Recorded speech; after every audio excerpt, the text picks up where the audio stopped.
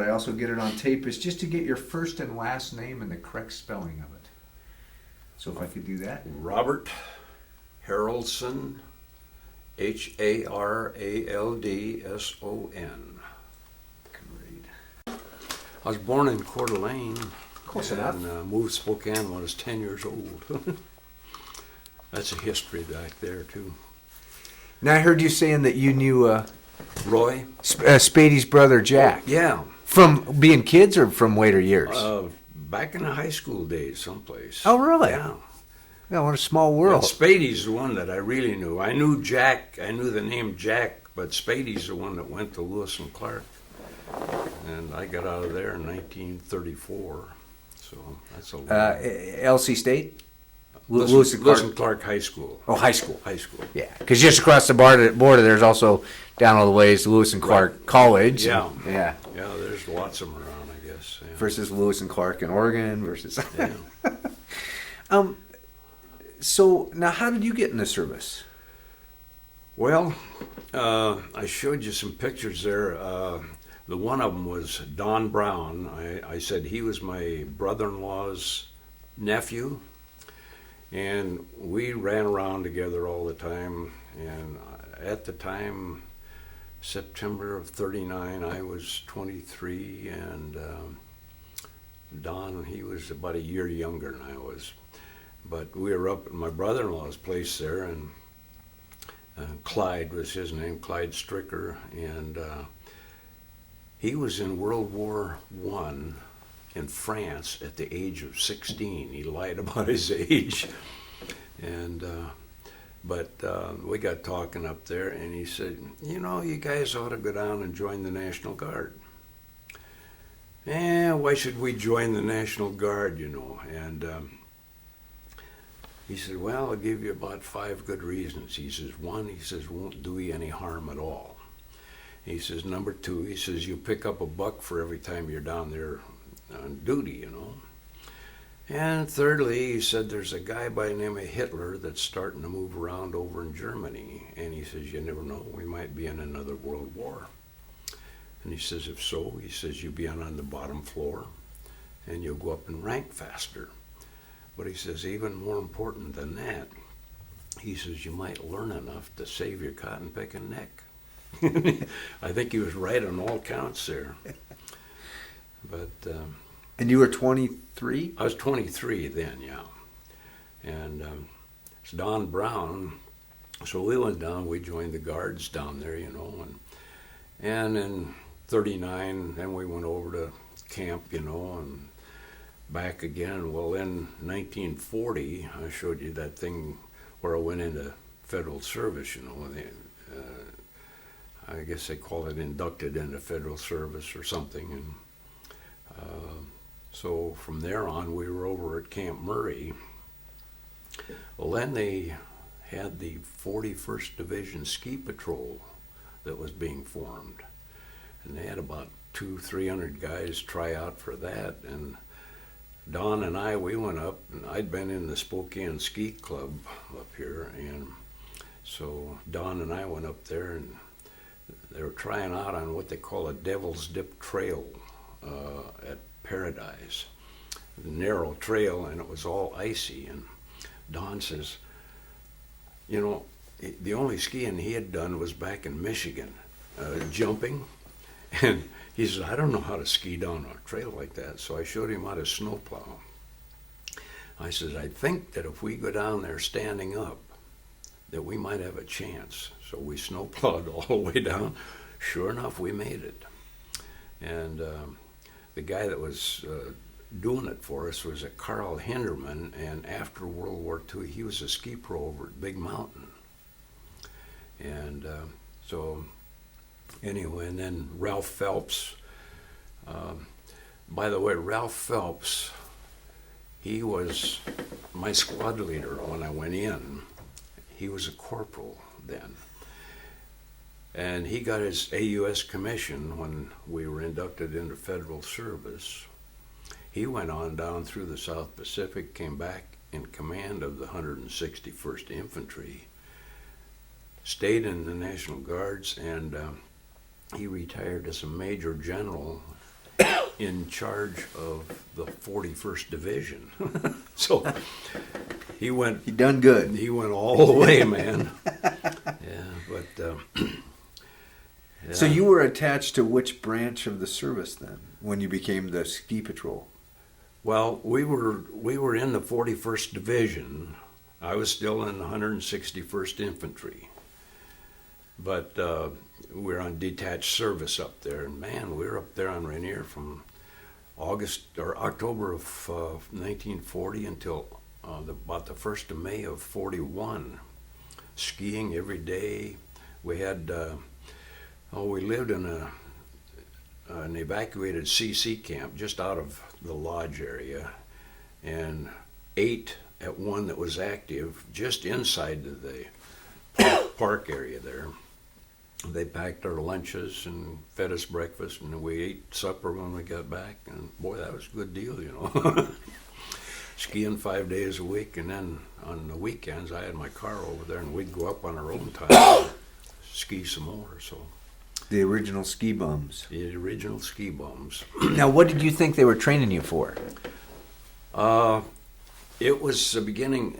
Back in that time, the Russians and the Finns over there had been fighting.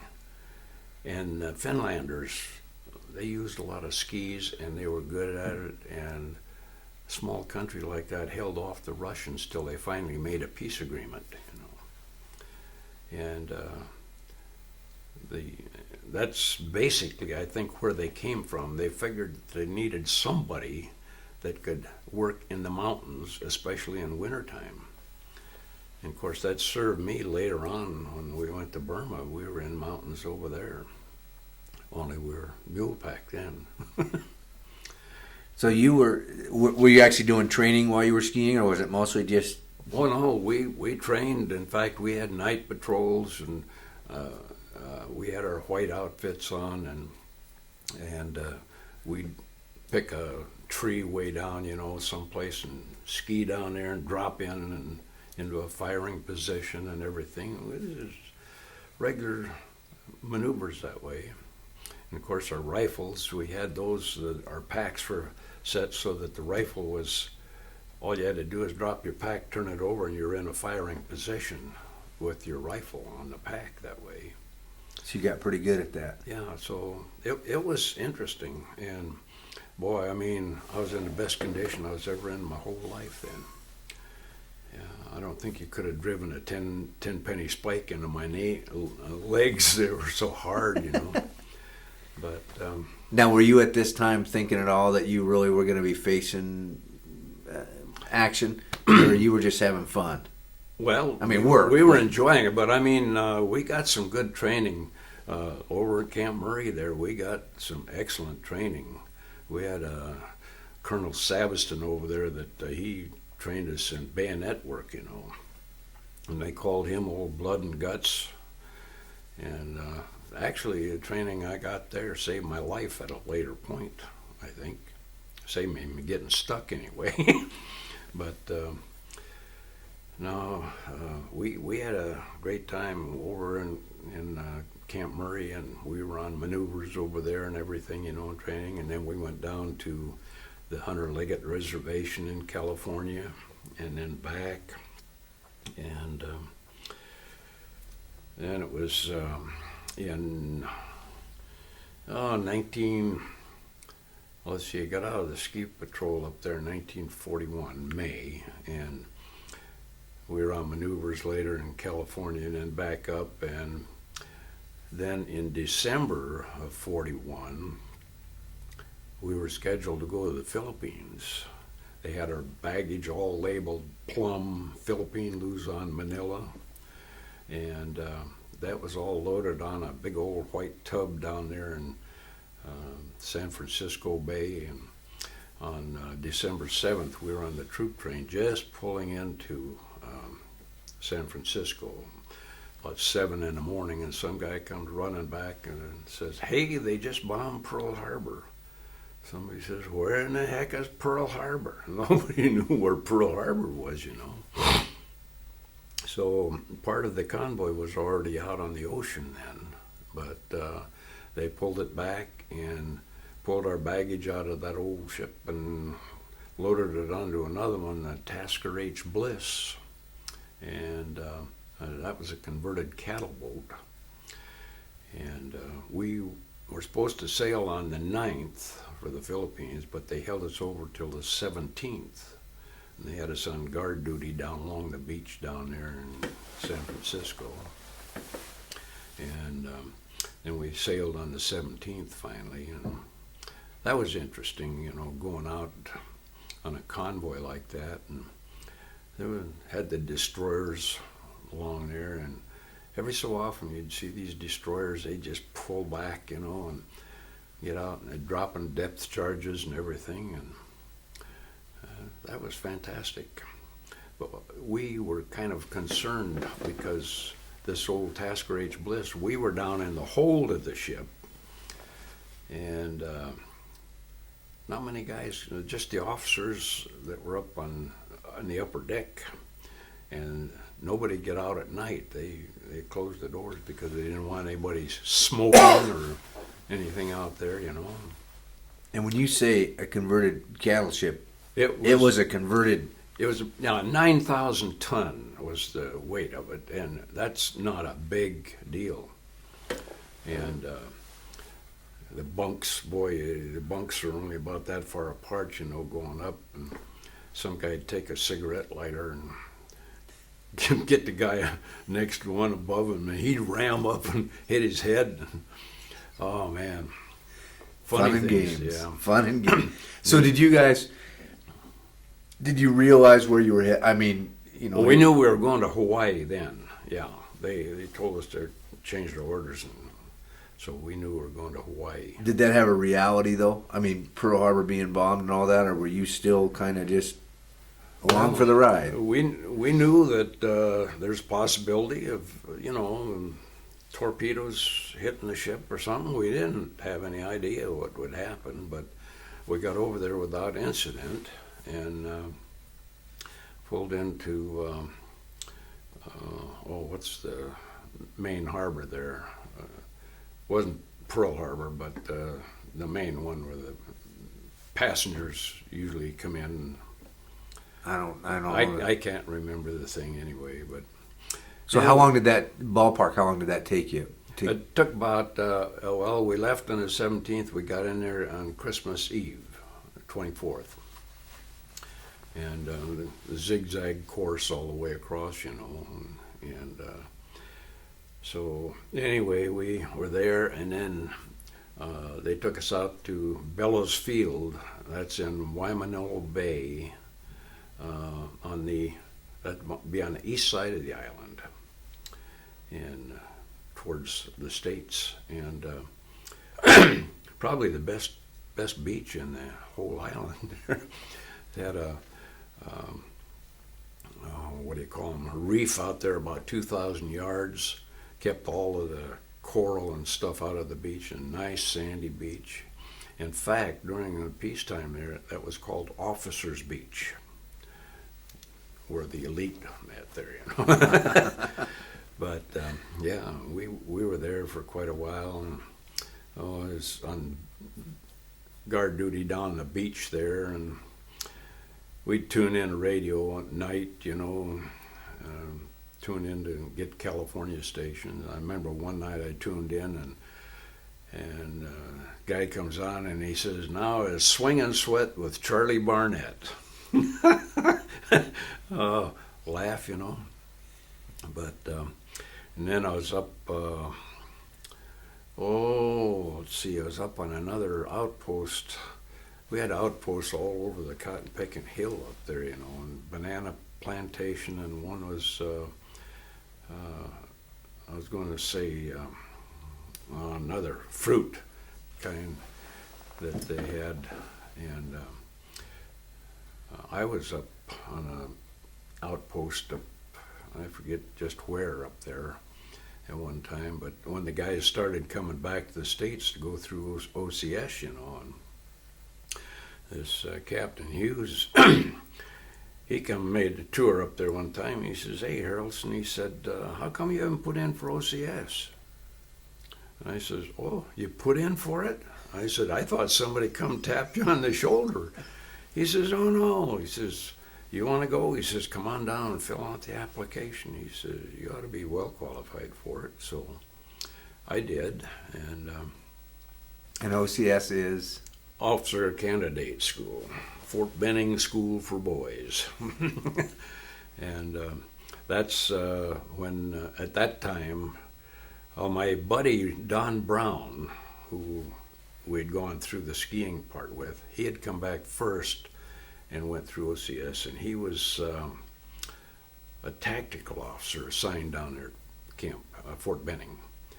And so then Roy Pearson, who you'll be interviewing probably on Thursday, he and I came back together. And came back together, and we went through OCS.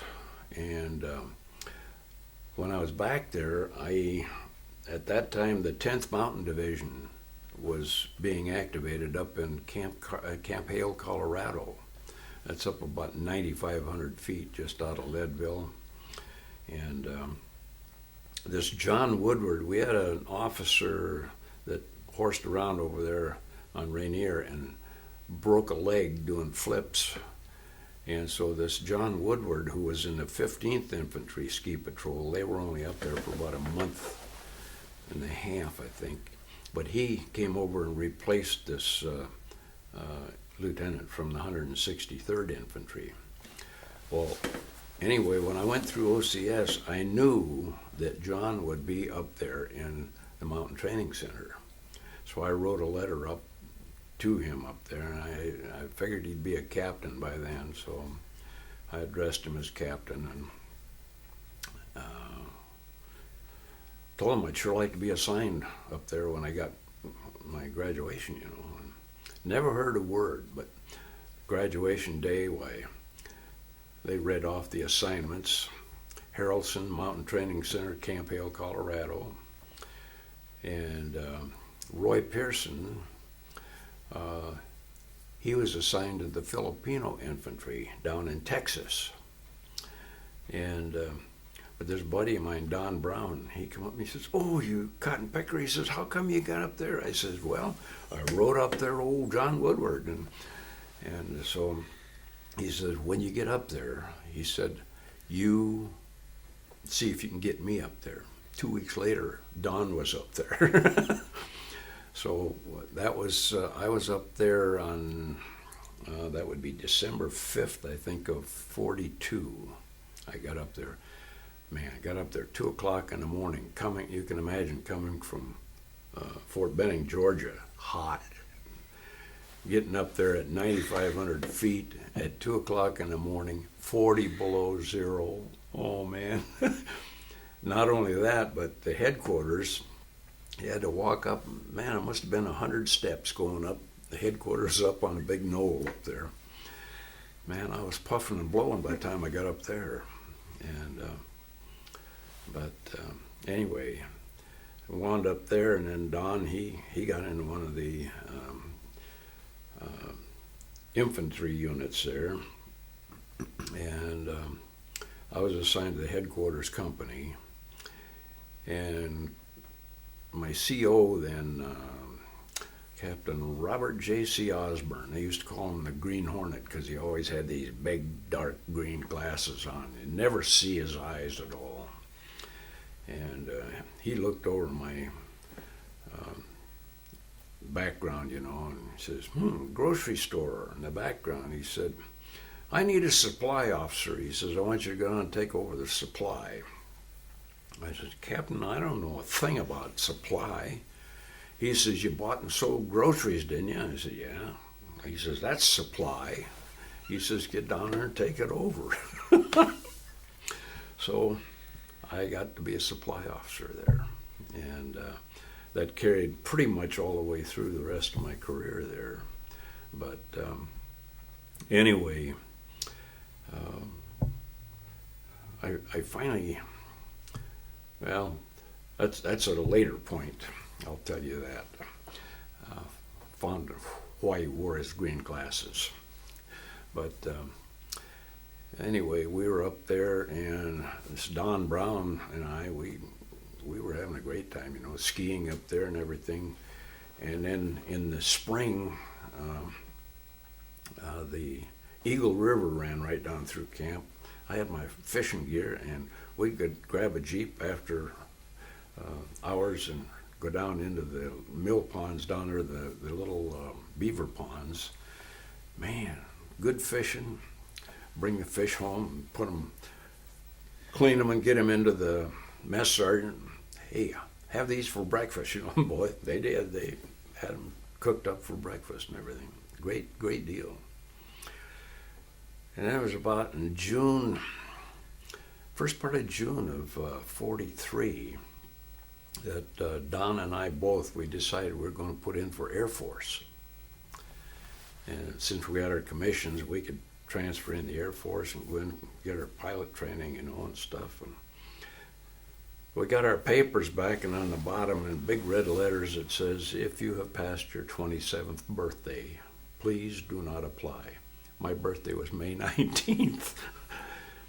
And Don, he said, "Well, I think I'm going ahead and go in." I said, "Okay, Don, good luck." So he did. He went ahead and went into the Air Force. And I think the last I heard of him, he was transporting planes. After he got his pilot's deal, he was transporting planes from Puerto Rico to North Africa. But anyway, from there, this Captain Osborne will be in probably July of 43, somewhere along in there. He says they're forming a new light division down at Camp Carson, Colorado, called the 71st Light Division. And he says, "I need a supply officer." He says, "There's a number of officers from here going down to help get that formulated. And he says, I'd like to have you come down and take over the supply down there." And he said, "If that works out well," he says, "maybe we can get you a company later on and get you up to a captain's deal." And by then I had gotten the first lieutenant's bars, I guess. And anyway, we went down there and we trained there at Camp Carson for some period of time. And then actually it was down there that as Captain Osborne, we had the supply was in the back of one building and his office was out in front. And one day he yells out and he says, "Haraldson," he says, "why don't you come in here a minute?" And I went in, and he'd had a couple of guys in there looking for 3-day passes or something. He says, "Am I too rough on these guys?" I said, "Well, I don't know, Captain, why?" He said, "Well, look there on the floor, in a puddle on the floor." One of the guys leaked his pants, I said, "Oh, I don't think so, Captain." But and then one time later, I was up in his up in the barracks in his room there, and he must have been tired because he took his glasses off and he rubbed his eyes, First time I'd ever seen his eyes. And he had the most baby blue eyes that you ever could see. And I said, that's the reason he wears his glasses. Actually, the blue eyes, the bright light would get to him. But if he didn't have glasses on, he wouldn't scare anybody with those eyes. And I think he knew that. So anyway, but we went on there, and it was at that point, by the way, I met my wife in Denver. One of the ordnance officers got to me, he says, "Hey, Haraldson," he says, "got a gal up in Denver you got to meet." And I said, "Oh, sure," blind date and everything. So we went up there, and he introduced me to Jean, and I had a date on that particular weekend with somebody else, but I met her, and so I set up a date for the next weekend with her and started going out with her. And one day she invited I and Lieutenant Sammy Keister up there. Now this Sammy Keister, he was, before World War II, he was a linebacker with the Green Bay Packers. And solid, oh man, that guy was solid. One night up in the barracks, put a chair here and another chair over, put his heels on one side and his head on the other. And he says, "Okay, Haraldson," he says, "sit on my stomach now." And I was about 200 pounds then. I sat on his stomach, and I sat there, and I said, "You tell me when to get off." And he finally says, "Oh, you can get off any time now." Never flinched a muscle, you know. But anyway, she invited us up there for a meal, and we were sitting on the Davenport, and she went out in the kitchen to get something, and he gave me the elbow, and he says, "Haraldson," he says, "if you don't marry that gal," he says, "you're crazy." But anyway, we got engaged then, and then a short time later, let's see, January of '44, we were on maneuvers down in Hunter Liggett Reservation again with the 71st Division, and oh boy, there was about 2 feet of snow on the ground, if you can imagine that, down in that climate down there, and all this poisoned oak around. And these guys were burning fires, and that come up, and they were swelling up, you know, from the smoke. And about that time, they called for volunteers for overseas duty. You had to have served in a tropical climate or in what they call close and difficult terrain. Well, Hawaii and the ski troops was both. And my CO, he was an ex-paratrooper. So he qualified. And the reason he got out of the paratroops is, he told me, he said that being the captain in the plane, you know, he was always the last one out when they jumped. And of course, he said that static line would be bouncing like a cork up there. And he said, so we always hooked into a ring bolt in the floor to make sure we were in something. And he says, the guy just before me that went out brushed my emergency chute, and it popped, drug me out, and I hit the tail of the plane. And he says, I was out cold, but he said my emergency chute pulled me off from the tail. And he says, I landed, and he says, I went in a hospital in a psycho ward for about 2 months. And so anyway, when we left down there, we had lots of supplies that we had to account for when we went on maneuvers. And he said, don't worry about a thing, Haraldson. He said, if they try to pin anything on us, he said, I'll just claim insanity. I didn't know a thing. And he says, my record will prove it. So he was crazy. But anyway, we volunteered for overseas duty there.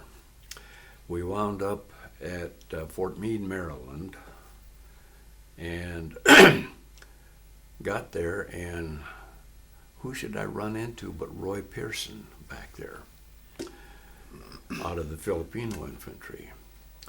Well, I was still supply officer, and they kind of organized us. We formed, there was 1,000 men and 41 officers, and we finally sailed out of Hampton Roads, Virginia, on the USS General Butner. Now that was a brand new troop ship, about 50,000 tons, 5 times as big as that old tub we went to Hawaii on. And it was nice, and we went unescorted from Hampton Roads down around South Africa, and we landed in Cape Town down there overnight. We had 24 hours in Cape Town. And we picked up some British corvettes going around the point down there, and where the Antarctic and the Indian Ocean and the Atlantic all come together. Those waves are just bouncing, you know. And these British Corvettes, you'd see them, you'd see one up on top of the wave, and then you wouldn't see him. I think, man, that thing sunk. And then he'd be back up again, you know, and I thought, holy smokes, would I ever hate to be on one of those things. But then we went up, we fueled up in Durban and Mombasa, and went on up through the Straits of Madagascar there and into Bombay. Now, we didn't have any idea where we were going or a cotton picking thing when we headed out. Nobody told us a thing. But when we got off in Bombay, they told us then, you're going to join Meyers Marauders in Burma, but you'll go to this Ramgard training center. It's about 100 and some miles northwest of Calcutta. And you'll be there for a period of training and organization, because all our guys came from all over the states, just formed into companies, and they had officers kind of in charge, but nobody knew anybody or anything, you know. Well, anyway, we went 4 days across on this old rattle-trap train, and got into this Ramgard training center, and the first day in there, I issued 3-day ration packs, and so many got M1s and so many got carbines, and they flew the first 600 right into Burma that day. Because Meyers Marauders had been coming from Lido. They captured the Mishnah airstrip, I think a couple days before we got there. And but they were so decimated that they needed immediate help. And that's why they flew first 600 in. The next day, the rest of us went in. And some of our guys got out there and action, you know, and they'd fire a M1 and the clip would bounce out, and they'd come back. How do you load this doggone thing? They had never seen an M1 before. And that's, you know, you learn things in a big hurry sometimes. But that first day's action, they lost. They had 2 officers killed and 2 wounded, and one of them come back, and he just went off his rocker. He says, they're killing people up there, and, you know, and he just lost it. So they shipped him out. But anyway, we were fighting there and around Mishnah for from May until September, I guess it was. And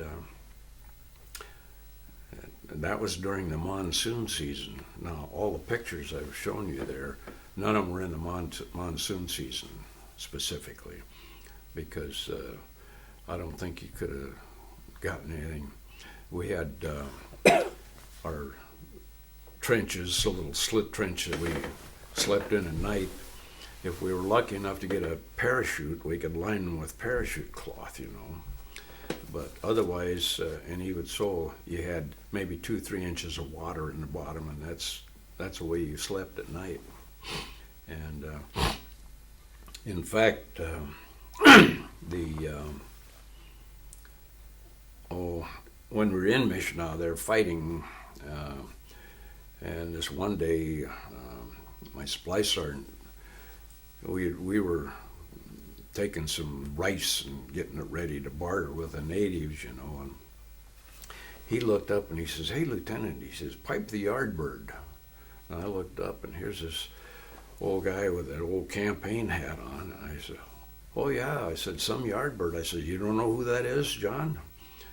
He says, no. I said, that just happens to be old Vinegar Joe Stillwell, in command of the whole China-Burma India Theater.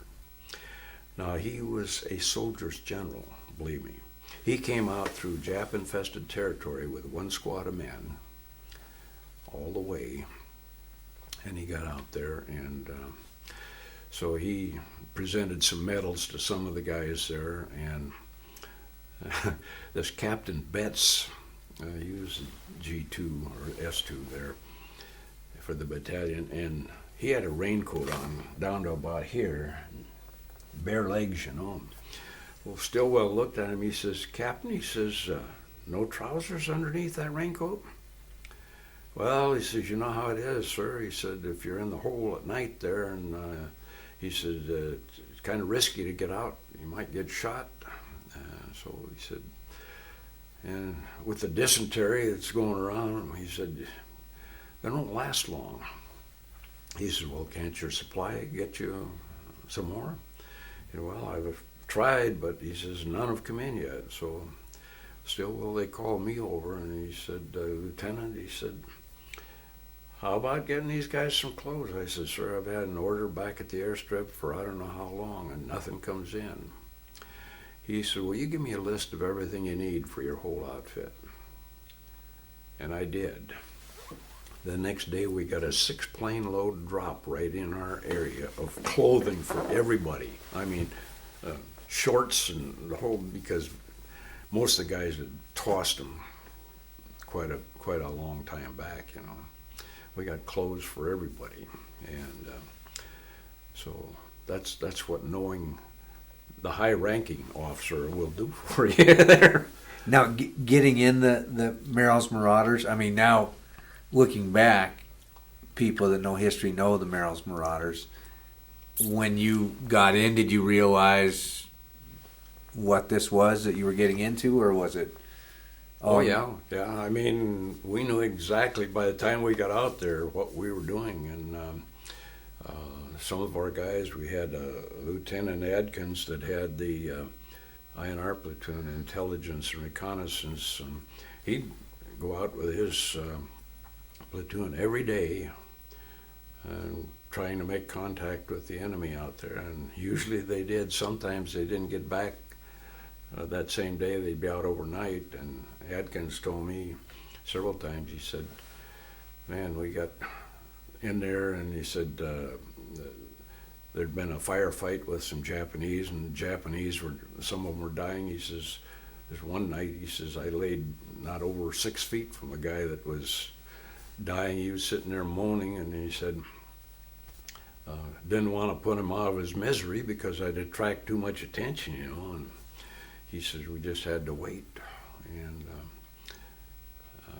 but you know, he never got hit during all that period of time, and so no, we lost quite a few guys around mission out there.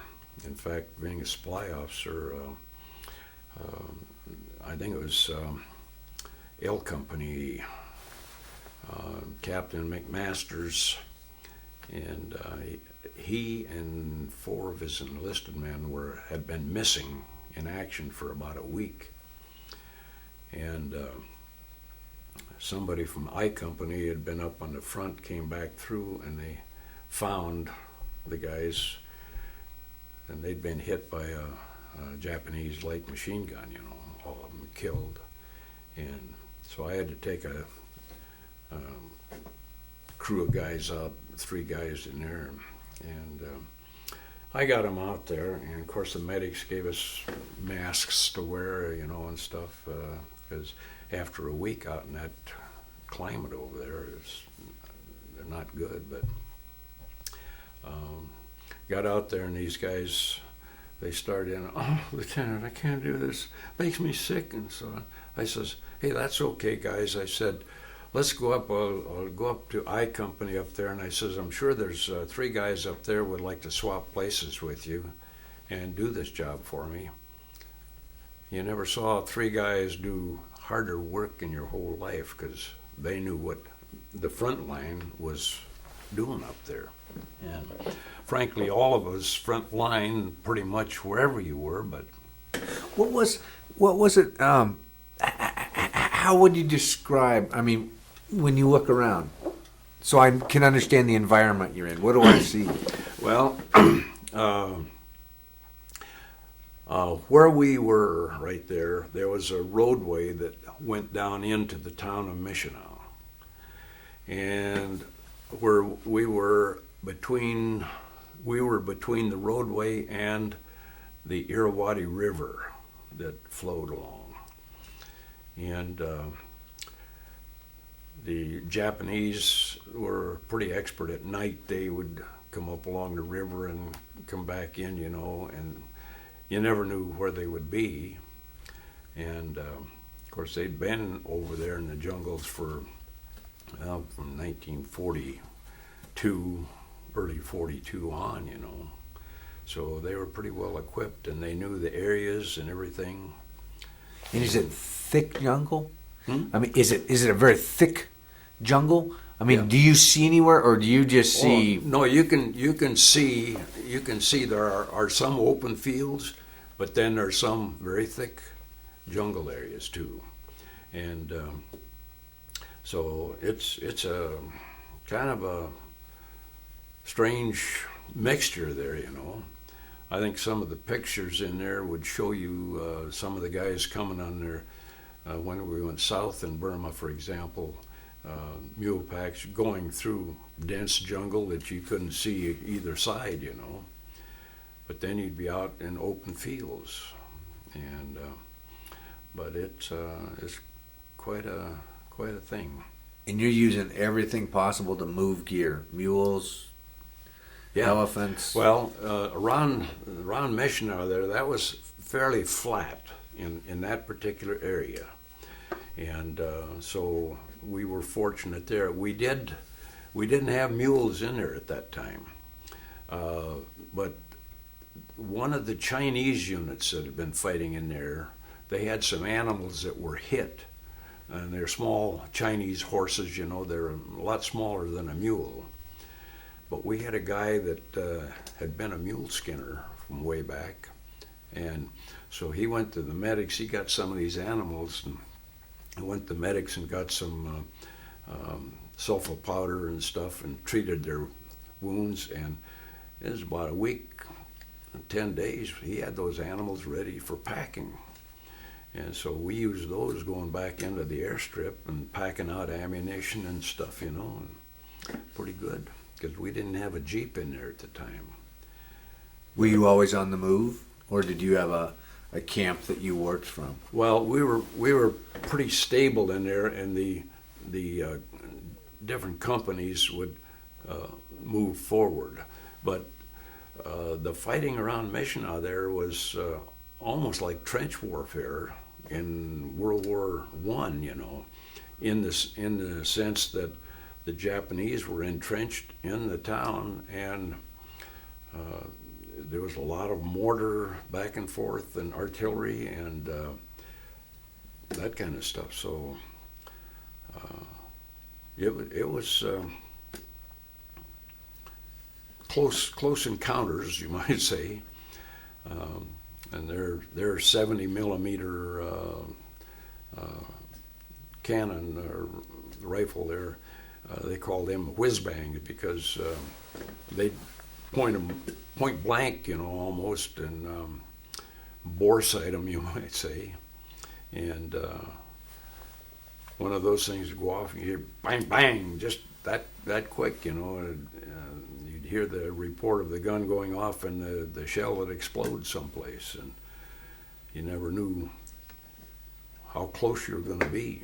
So you guys were very uncozy neighbors. Yeah, uncozy neighbors is a good word for it, yeah. So could you see, when you're looking around, could you see enemy soldiers working in through the woods and things like that, or? In my particular area, I didn't, no. There was one time that we were taking, we took an airdrop right in our area there. And of course, every time you take an airdrop, the Japanese would like to lob their artillery in on you. And so this one time, we took the airdrop and they were lobbing artillery in, and guys were scattering all over trying to head for holes. And I ran across towards K Company there. They had the heavy weapons and ran past their area, and there was one guy laying on the ground face down, and I reached down and said, "Hey, come on, soldier, gotta get moving, and I jerked him over, and his whole face was blown off and got hit. So I just jabbed his rifle in the ground to mark his place there, and I went on and got over in some wooded area over there, and there was a sergeant there, and we happened to be looking up, looked up in one of the trees there. There was a hole dugout down below, and looked up above in one of the trees there, and these Japs were very, very good at camouflage in a tree. They'd get up there and direct artillery fire, and I told him, I said, "Hey, Sarge," I said, "that's got to be one up there." He says, "I think you're right." Bang, bang, bang. Never saw any movement out of it.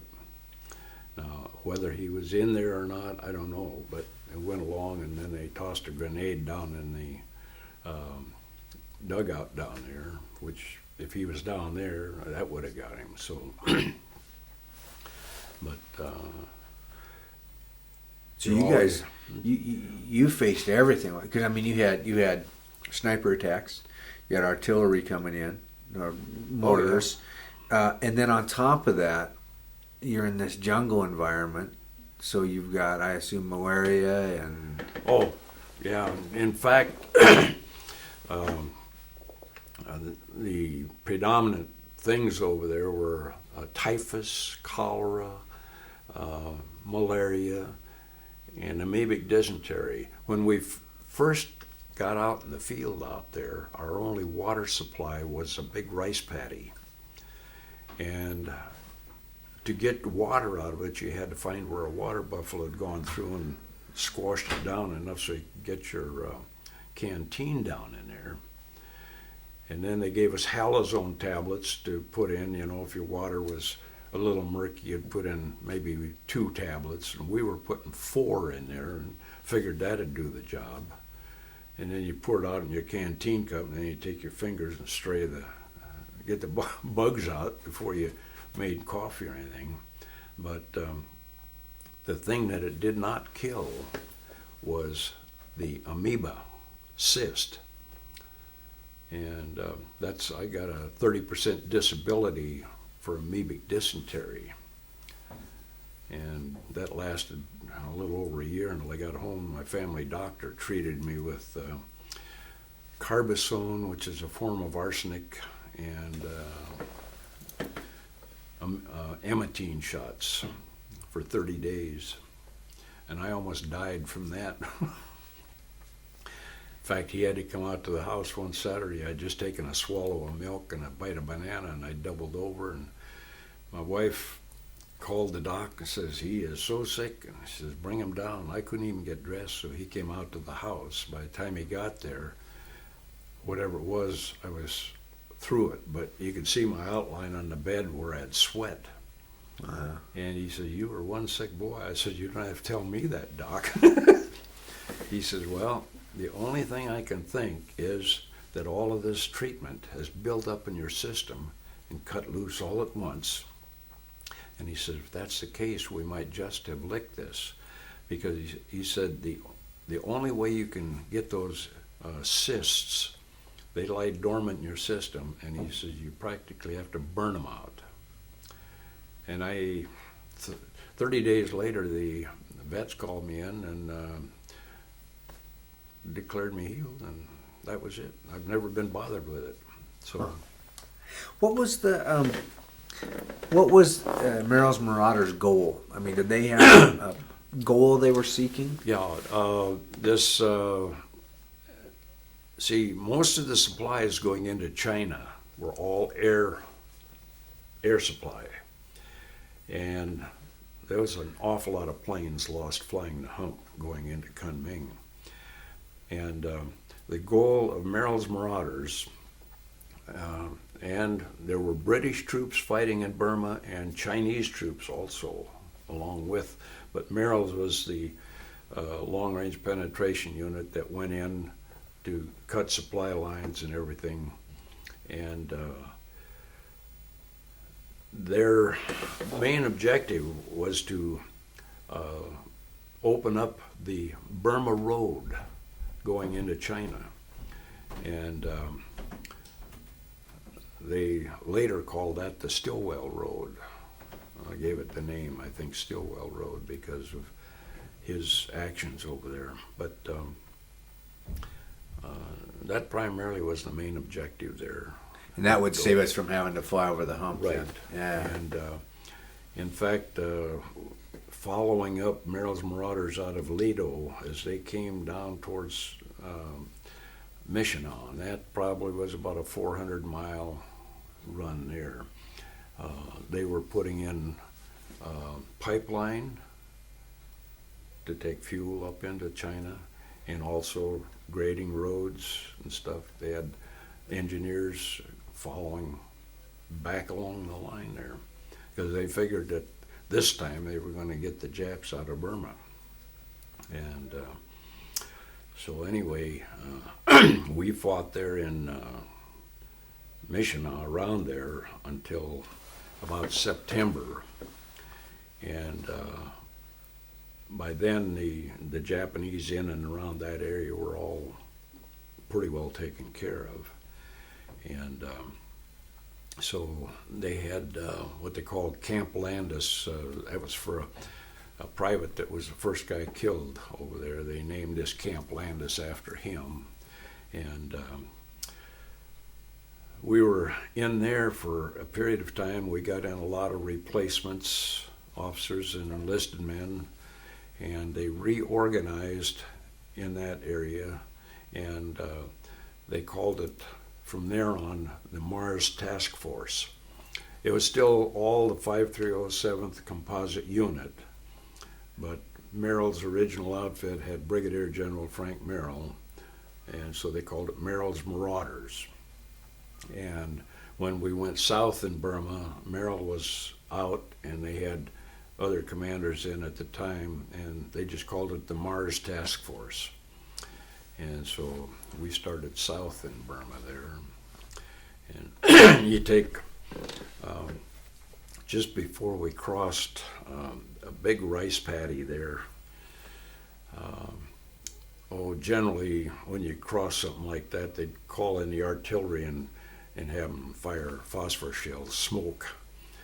And so this Colonel Harold, he was our CO, and we were in he had a big dugout there, probably 8 by 8 by 6 feet deep, where they had their radios and everything. And so anyway, they called for smoke down in this big rice paddy, because we were going across with our mules and everything onto the other side into the woods over there. Boy, the first couple of shells came in and hit right in our CP area. It was boom. I mean, those things go off, and that phosphorus, and we had some guys that were hit, and that phosphorus, it just burned right into you. And so they got them down in the dugout, and the medics were there, and they were picking phosphorus out of those guys.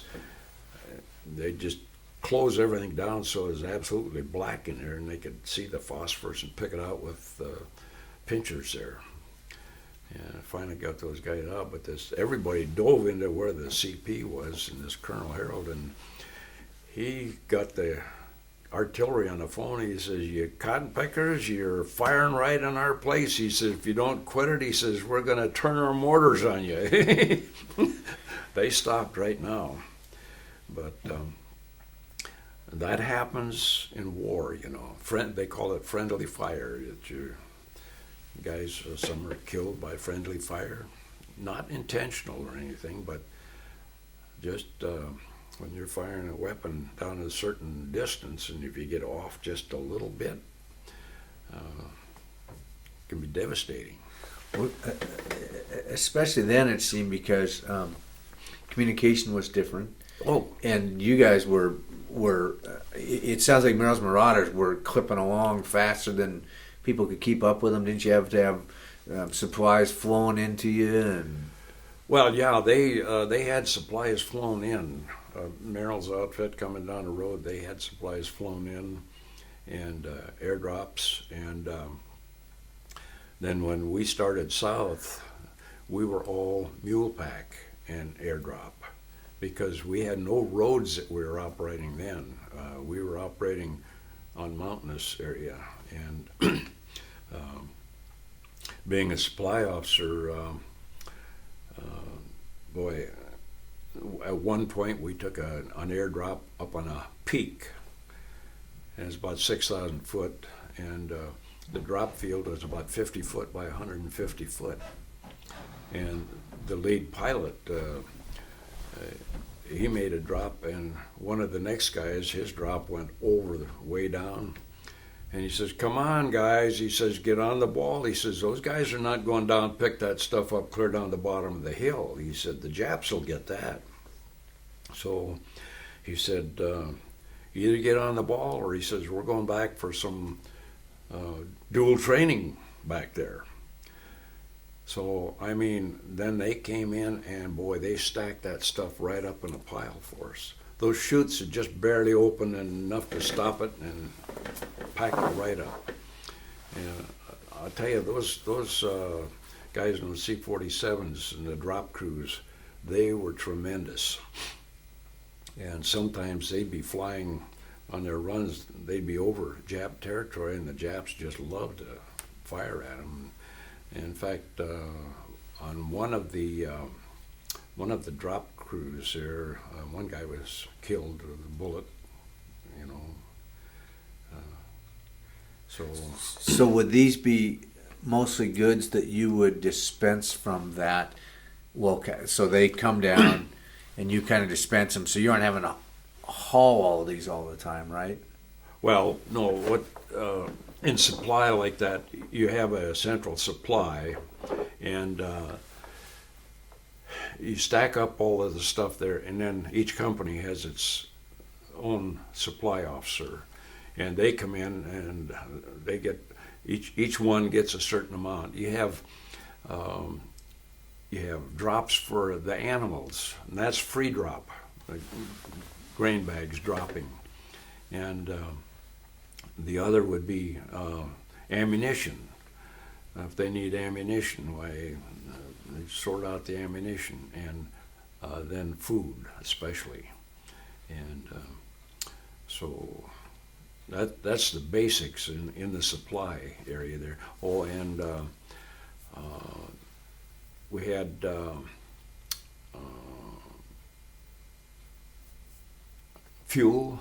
some fuel drop. Because they used that in certain areas. They had some little cooking things, especially in the medics. They needed heat water and stuff, you know, and so. So would you set up a company store kind of at?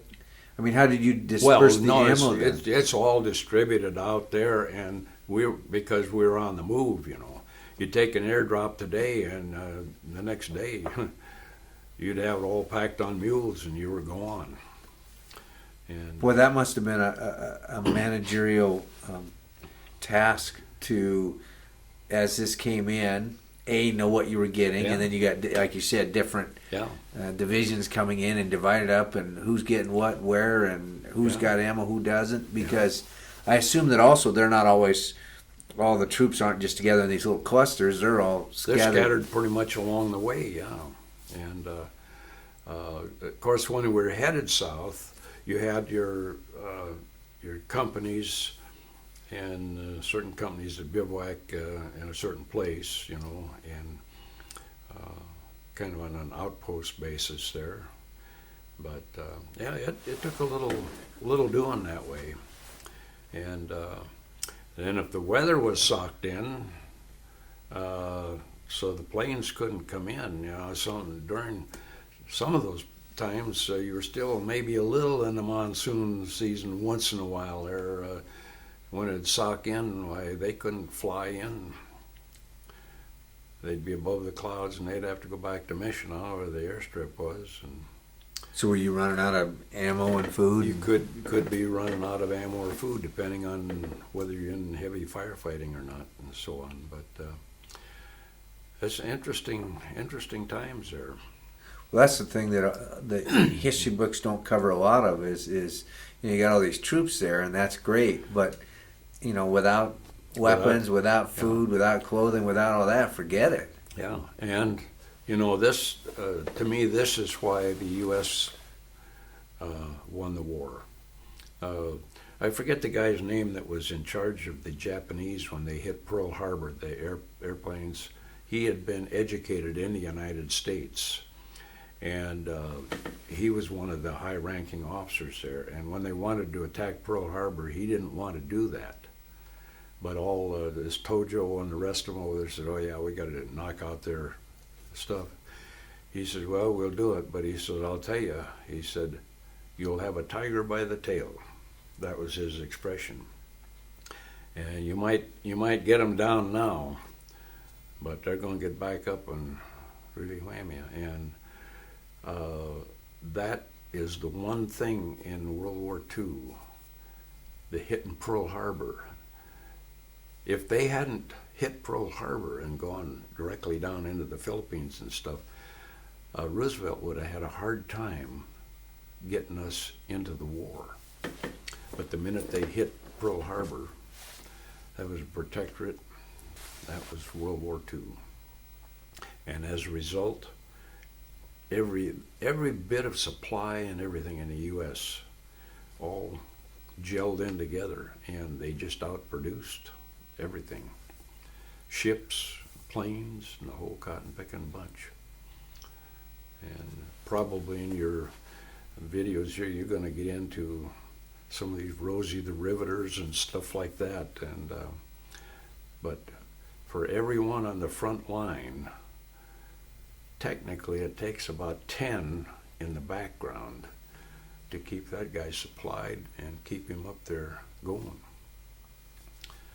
So that's kind of the law of supply and demand there, I think, in the war.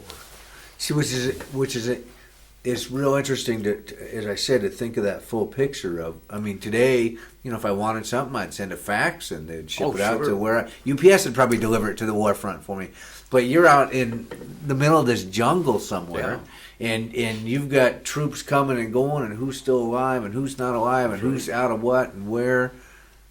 Yeah. Ordering? Did he order? I mean, or did Home just send you what they thought you needed? We had radios back then, and basically you'd contact your base supply, like back at the Missionau airstrip, and they'd contact them for. You'd have a brigade supply officer who handled the supply for each battalion and each regiment and so on. They'd order the main line of stuff to come in, and then the other supply officers would go there and get their stuff and dish it out to their troops. So it's quite a deal, and that supply is one thing that boy, without it, your frontline troops are decimated. There's certain times in Burma there where guys were running out of ammunition and they couldn't get a drop into them. And that gets kind of scary that way. And but it's quite a thing. We went south in Burma. Hold that thought for a second. I got to switch tapes here because it starts. You see all these like MASH and everything like that with radar and all that, and they've always got some weird order. Did you ever get any of those where somebody requested something, some ranking officer, and you had to go get him his turkey or some weird thing like that? Or no, it was all business. Business. Yeah, pretty much all business there. And I was going to say when we went across that big rice paddy when we were heading south in Burma there. One thing we did, and those mules, God bless them, you knew that the snipers would be on the far side, so you were on this side of the mule, and the mule was between you and the sniper, and we did have quite a few mules that got hit by sniper fire there as we were crossing that rice paddy. But Now, was there somewhere in the military books that explained how to use mules, or was this No. Yankee ingenuity over in? Yankee ingenuity. I mean, the basic was the training that you had way back in the beginning. You knew when to get down on the ground, get as low as you could out of any line of fire, anything. Well, that bayonet thing, I was telling you about. When we were up in Camp Hale up there, I had a lot of different jobs at one time. I was a assistant TJA, trial judge advocate, for one time. Guy talked me into it, and he wanted to get me in there, and it was snowy, and he never showed up, and I had 6 guys that I had to try before 2 full colonels, a couple of majors, and a couple of lieutenant colonels. They were on the board. So I got 5 convictions, and one of them I told him, I said, I cannot find convincing evidence that this man did anything wrong, and request that he be restored to duty. So that was that. So when you say tried for what? Oh, What type of things? For being AWOL, AWOL, absent without leave, or taking a Jeep when they're not supposed to and taking it out of camp, doing, just different things. And yeah, it was weird. And then the MP officer, Bostwick, he was back at school for a month. So I had the MP platoon for a month. And during that period of time, we had these infiltration courses, that you have to, where you had barbed wire down and machine guns firing over them, and you had to crawl down underneath and keep your butt down or you'd get hit. So anyway, I had to take the MP platoon through that. Well, that's up on snow up there and a beautiful sunlight day, and the Sergeant Webb, he was the platoon sergeant, and so he followed up on the rear, and I started out in the front, and I got down into the trench and then up, and you stand by a bayonet dummy, and these guys come up out of that trench with their bayonets, and they jab the dummy and go on, and that's the end of the course.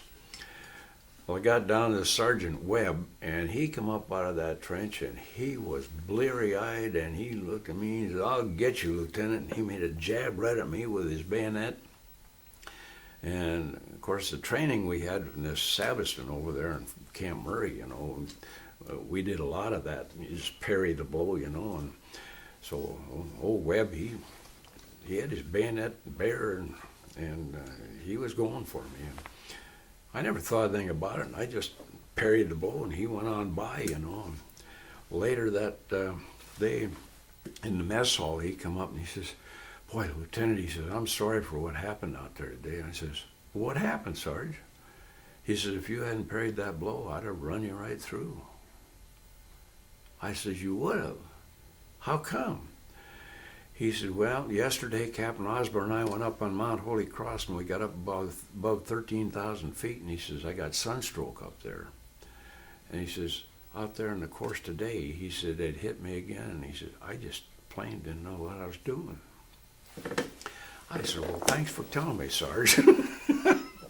But, it's those types of things in the training that I think save a lot of guys' necks.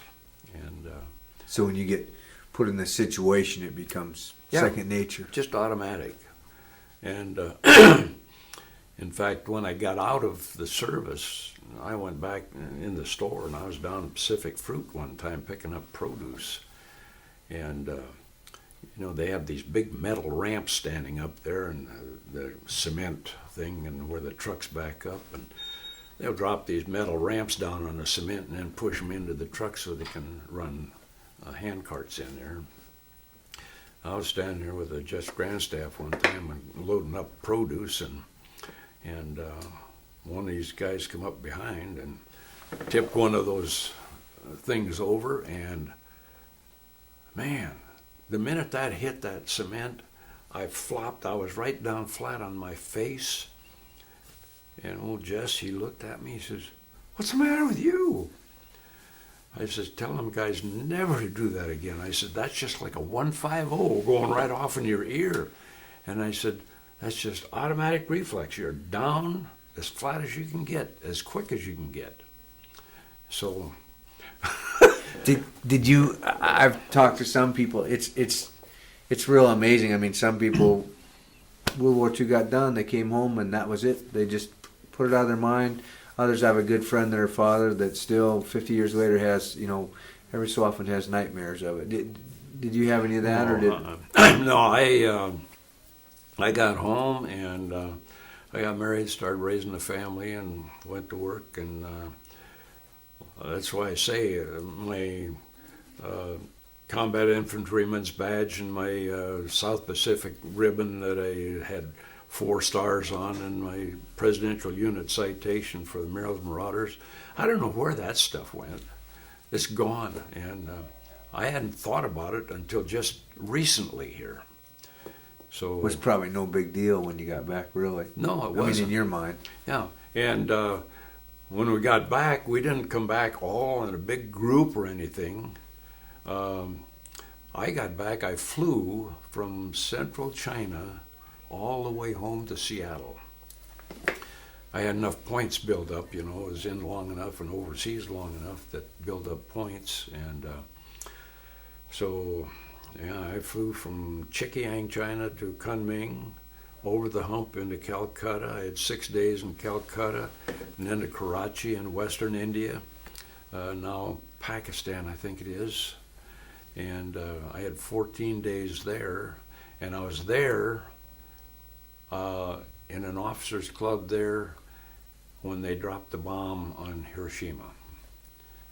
And boy, there was a lot of noise in there, and some guy come in and said they just dropped an atomic bomb on Hiroshima and destroyed the whole city with one bomb. You could hear a pin drop. Boy, everybody just, how can one bomb destroy a whole city? But an atomic, that did it. So that was a scary time. But yeah, but still going south in Burma there, after we crossed that rice paddy, we hit an area called Tonquah. And I've got a picture in there showing, just 3-day ration packs stacked up, and probably some weapons and stuff, and or ammunition. And they were fighting around Tonquah there for a bit, and so we had our supply dump down in a little, almost like a little stream bed there. And then we went south into a place called Bammel. I had some pictures there of some old Jap tanks that were all beat up and everything lined up. And they had some fighting done there. And then from there we went on down finally into what they call the Mongwe Valley. And that's where we finished up our fighting in Burma there. But we were there for quite some length of time. And I got a picture in there showing that Mongwe Valley with all of the parachutes dropped.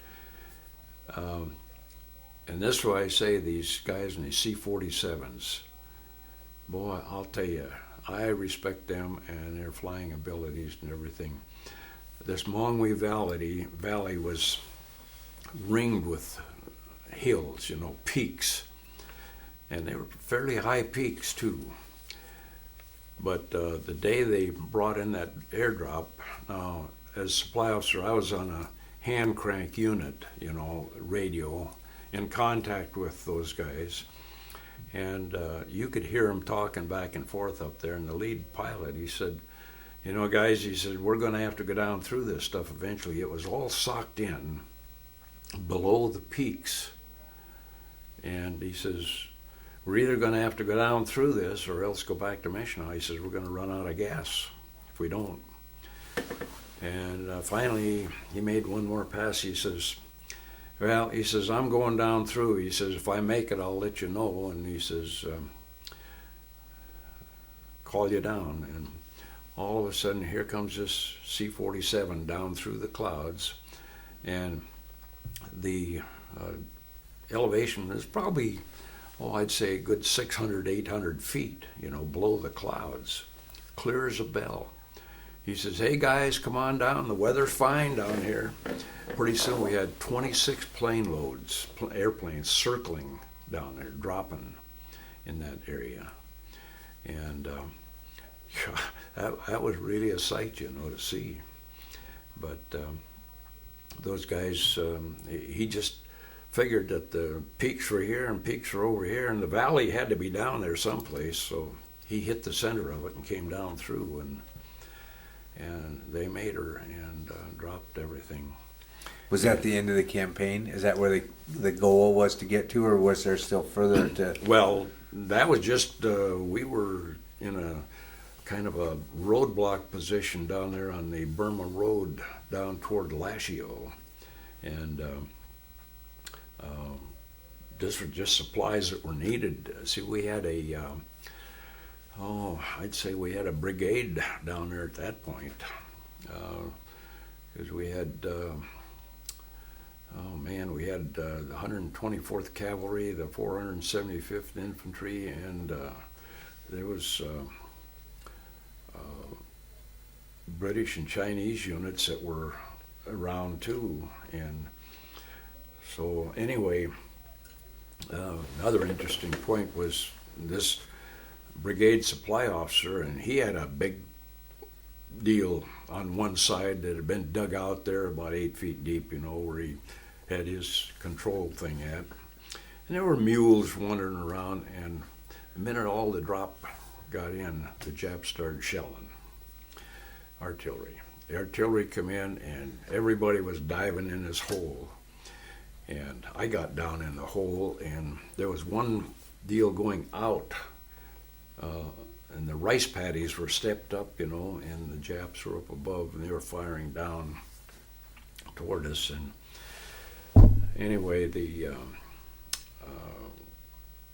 as they were firing, you could almost judge when a shell was coming in, because they'd fire one, and then it'd take them a certain length of time to put another shell in and fire another one, and so you knew just about how much time you'd have.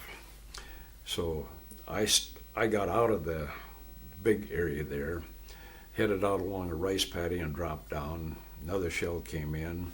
I ran out about another 50 feet, dropped down, and I no sooner dropped down and phew, right in next to me, and one of their shells with a time detonation, they'd bury in a little and then explode. That threw dirt all over me, and I reached up over it. I could reach right into the hole where that sucker hit, and I thought, oh wow. So I waited for one more to come in, and then I ran like heck across, and I got across the valley and just stood there and watched those shells coming in and hitting. You could do that, that you learn where they're hitting and so on.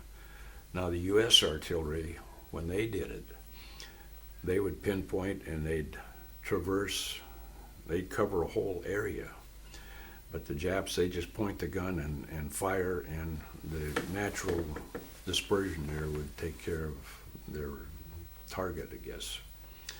But that was something. This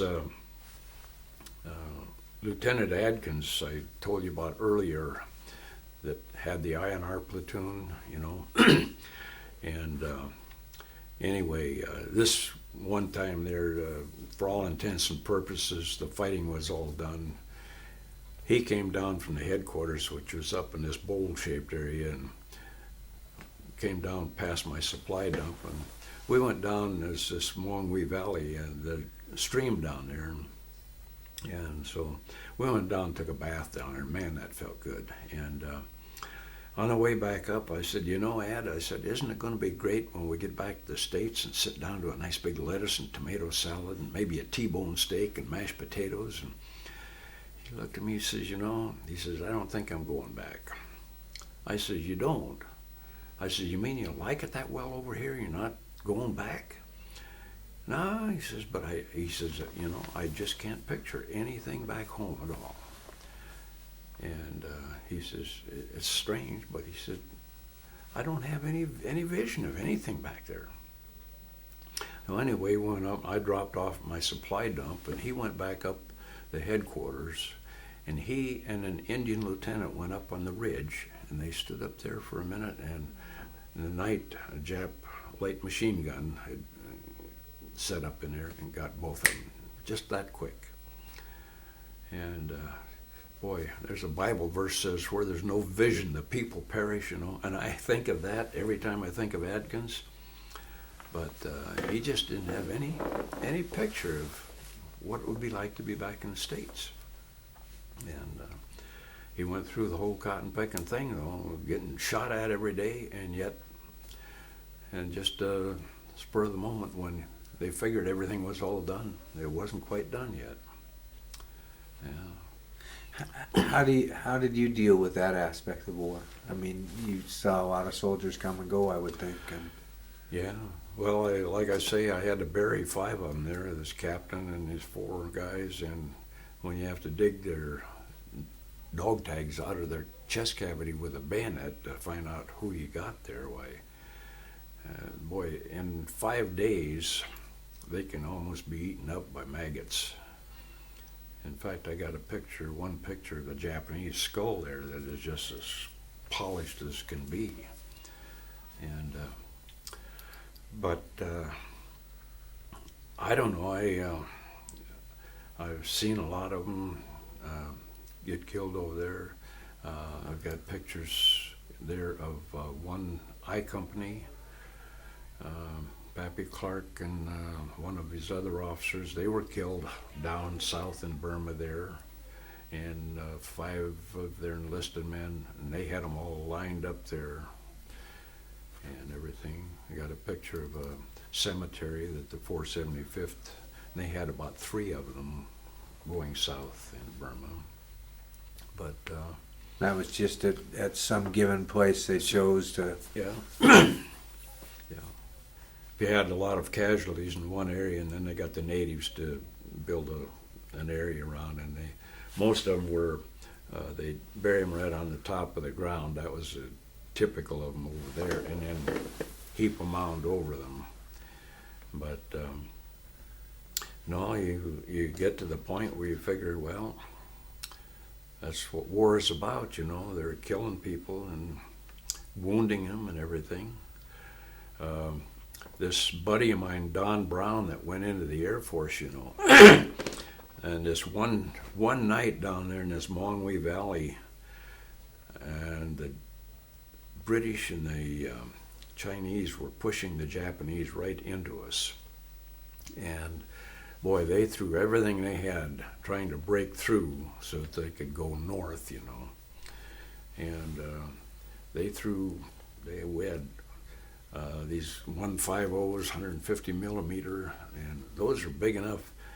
If they were shooting at the back areas, and you could hear them, they go going over, you know, you could actually spot that shell up in the air at times. They were that big. And but those, and they had 105s, 75s, or these 70 millimeters, and mortars. They were throwing everything at us that one night. And of course, my supply sergeant and I, we were buried into a hillside there. And finally, it calmed down about 1 o'clock or so, and I guess went to sleep. And about 3 o'clock in the morning, my supply sergeant, he shook me and woke me up. He says, "Hey, Lieutenant, what's the matter with you?" I said, "Well, I don't know, John, why?" He said, "Well, you're bawling like a baby." I said, "No kidding." I said, "Oh," I said, "I had a bad dream." I said, "I dreamt this buddy of mine was killed." And this Don Brown, you know, I dreamt that he'd been killed. I never thought anything about it, just wild imagination and stuff. But it was about 3 weeks later they were getting ready to ship what was left of us into China. And I got a letter from Don's wife. And she said, if you get into Kunming, see if you go to a certain Air Force headquarters and see if you can find out where Don is buried and what happened to him. He was killed about that time flying the hump. And I know when we flew the hump going into China, I was up in the cockpit. It was a C-47 again, and up there with the pilot, and every so often you hit a burned over area, and I said, what'd you guys do? Come up here and burn these areas over so you could have a visual flight path going into Kunming? Oh yeah. He says, believe me, he said, every one of those is where one of our planes went down. And a lot of them were the C-46s. They were a heavy motored, shorter wingspan, heavy motored plane, but they carried a lot of freight.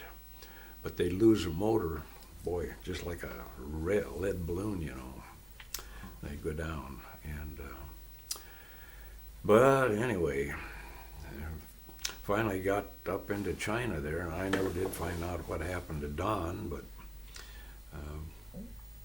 I took we were there for a period of time, and another experience in this Chinese cantonment area where we were stationed. You had Chinese people serving the American troops there, and how it is, you get done eating, and if you have anything left, and you got your canteen cup full of coffee, and you go out and slosh it around the barrel and clean it off. And so I was late getting in that one day, and so anyway, I got out in the back of the mess hall area there, and here was a bunch of old ladies and kids, and they had one kid with hanging onto his feet, clear down in the barrel, and they'd pull him up, and he had his hands full of stuff, and he'd put it out into baskets, And one of the Chinese hostel managers, he'd come out, and he was going to run them off. And I said, hey, if they can find anything in there to eat, let them have it. I said, back off. And the ladies looked at me and smiled, They kept right on. There was nothing left in that barrel when they got done except liquid. And boy, when you see stuff like that, it's really something, and it sticks in your memory pretty good. Do you think that there's a message that should be left with future generations from World War II?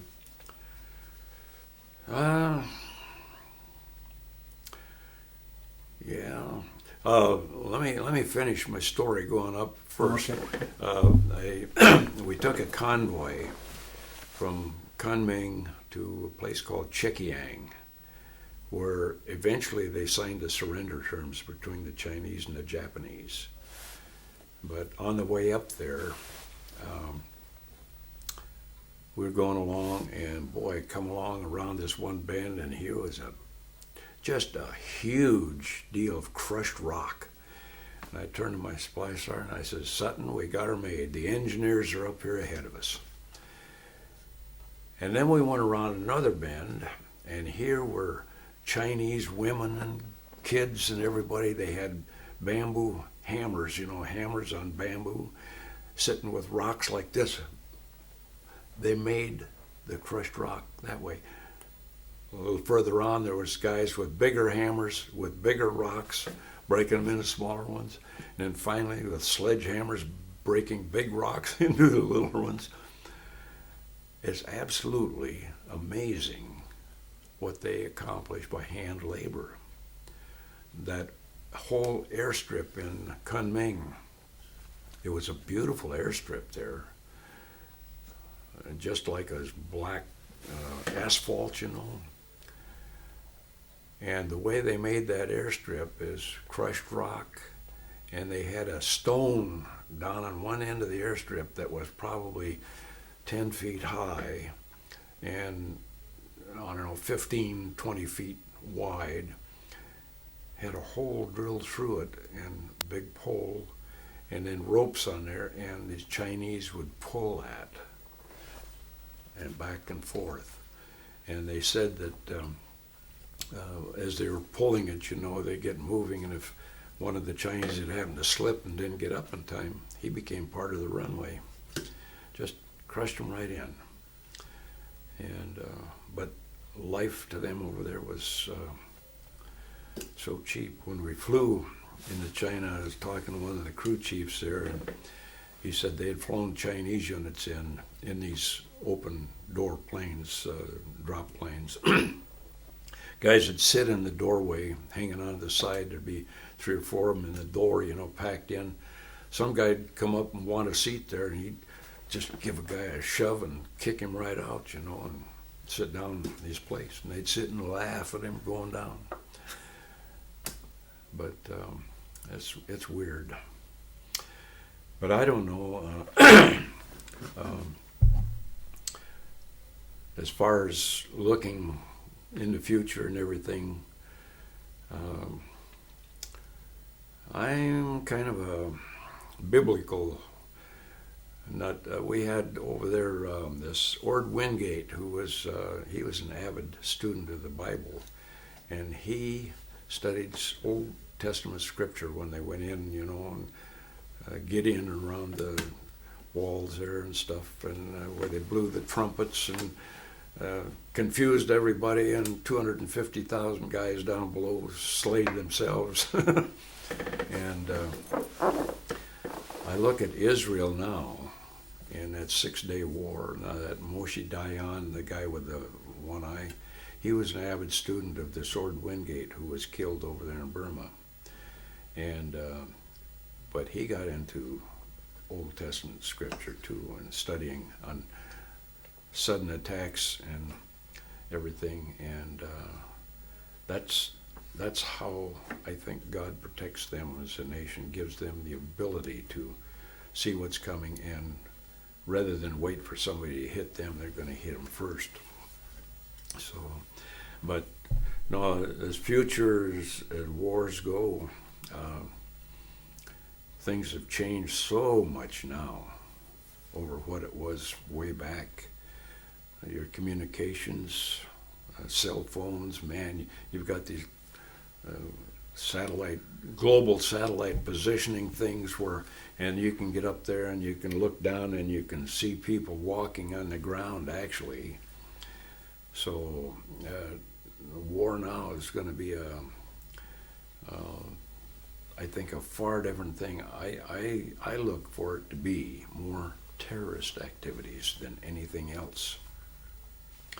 And it's a strange thing, But you see, the Japanese, they had their kamikazes, And if they couldn't hit them with a bomb, they'd have these kamikazes, and they'd have a big bomb on there, and they'd dive right into the ship for the glory of the emperor, and so on. That was their god. The Muslims over there now, they're training suicide bombers, and they're telling them, you get in there and you blow yourself up. The minute you go to heaven, Allah's going to give you this and that. You'll have all the women you want and all the good stuff and everything. And they brainwash them, especially the young ones, And I don't know. It's an interesting time we live in. One more interesting thing, I went into the National Guards in September of 1939. I got a grandson, Sean, who joined the National Guards in 1999, 60 years after I did. But he's going in as a diesel mechanic and also turret, the electronics on these Bradley tanks, because the Guards now, they have a couple of tanks in each unit. So he's gone back and taken his basic at Fort Leonard Wood, and then he went last year for 3.5 months back to Fort Knox, where he took all this other training and stuff there. And he kind of likes it. That's good. It's good. But he's been up in helicopters in these Hueys. They've rappelled down from the ocean. He's fired every weapon that they've got in there and everything. Just, there is more cotton picking stuff that he's done in this short time.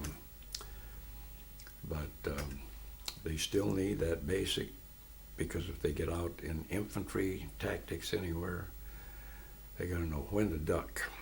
And there might be enough shells coming in, it won't make any difference, but you never know. Huh. And it's really something. Well, thank you very much. Hey, I enjoyed my time.